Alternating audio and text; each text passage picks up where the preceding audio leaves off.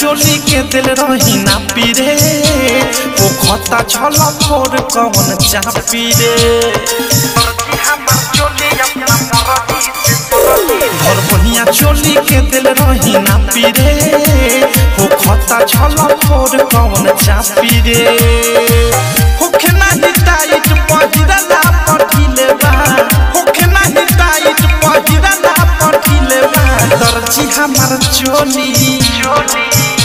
अरे दर्जी हमार चोली अपना मर्जी से सिलेबा दर्जी हमार चोली अपना मर्जी से सिलेबा दर्जी हमार चोली अपना मर्जी से सिलेबा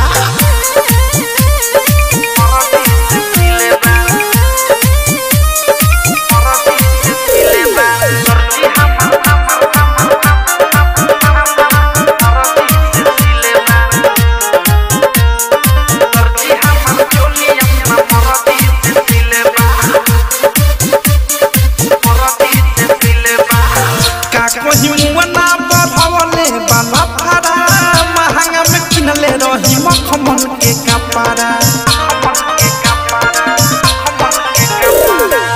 काको हिमुना बढ़वले बाला फारा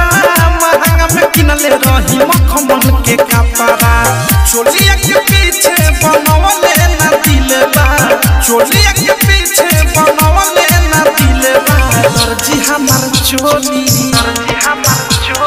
दर्जी हमार चोली अपना मर्जी से सिलेबा दर्जी हमार चोली अपना मर्जी से सिलेबा दर्जी हमार चोली अपना मर्जी से सिलेबा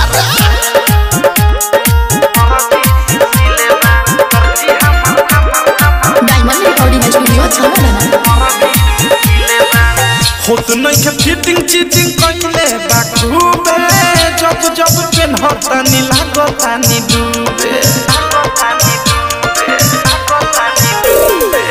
होत नहीं के फिटिंग चीटिंग कइले बाखूबे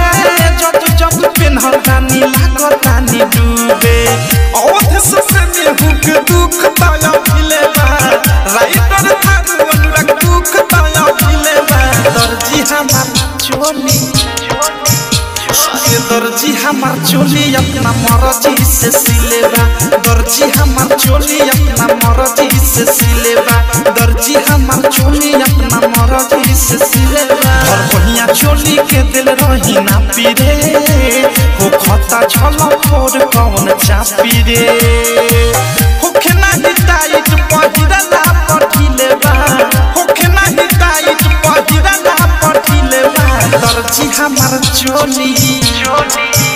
अरे दर्जी हमार चोली अपना मर्जी से सिलेबा दर्जी हमार चोली अपना मर्जी से सिलेबा दर्जी हमार चोली अपना मर्जी से सिलेबा